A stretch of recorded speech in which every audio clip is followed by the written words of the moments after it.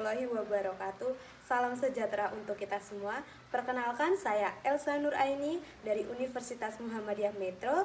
Pada video ini saya akan mempresentasikan makalah saya yang berjudul Interaksionisme Simbolik dalam Perilaku Kehidupan Bermasyarakat. Dan makalah ini membahas bagaimana makna simbolik mempengaruhi perilaku sosial kita sehari-hari. Yuk kita mulai aja. Teori interaksionisme simbolik ini adalah teori yang menjelaskan bagaimana manusia membentuk makna sosial melalui proses interaksi. Dan teori ini juga dikembangkan oleh Georgi Herbert Mead dan diperjelas oleh muridnya Herbert Blumer, yaitu pada dasarnya teori ini menyatakan bahwa manusia bertindak berdasarkan makna yang mereka berikan terhadap simbol. Dan simbol di sini bisa berupa kata-kata, ekspresi wajah, gerak tubuh, bahkan pakaian. Contoh simbol dalam masyarakat itu misalnya ketika seseorang tersenyum itu bisa berarti ramah, pakaian formal bisa diartikan sebagai kesopanan, emoji hati di media sosial itu bisa diartikan sebagai simbol kasih sayang, dan semua ini adalah bentuk komunikasi simbolik yang kita maknai bersama. Metodologi penelitian ini dilakukan secara kualitatif dengan pendekatan fenomenologi dan lokasi penelitian berada di Desa Tejo Asri, Lampung Tengah.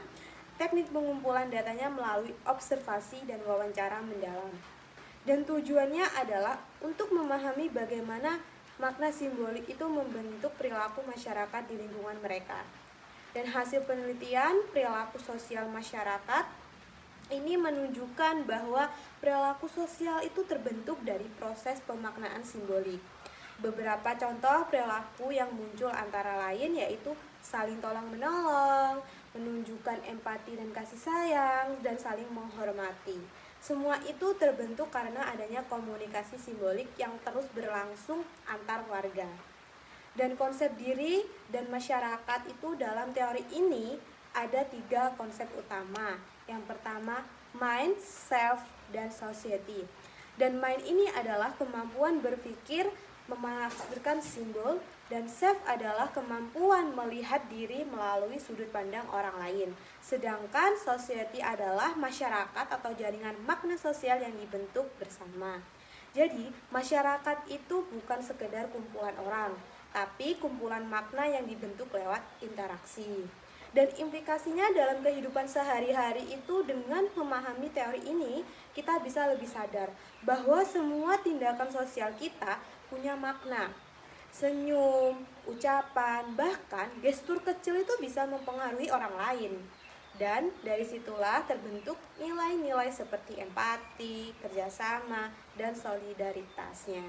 Jadi, makna bukanlah sesuatu yang tetap, ia dibentuk dan dinegosiasikan terus-menerus.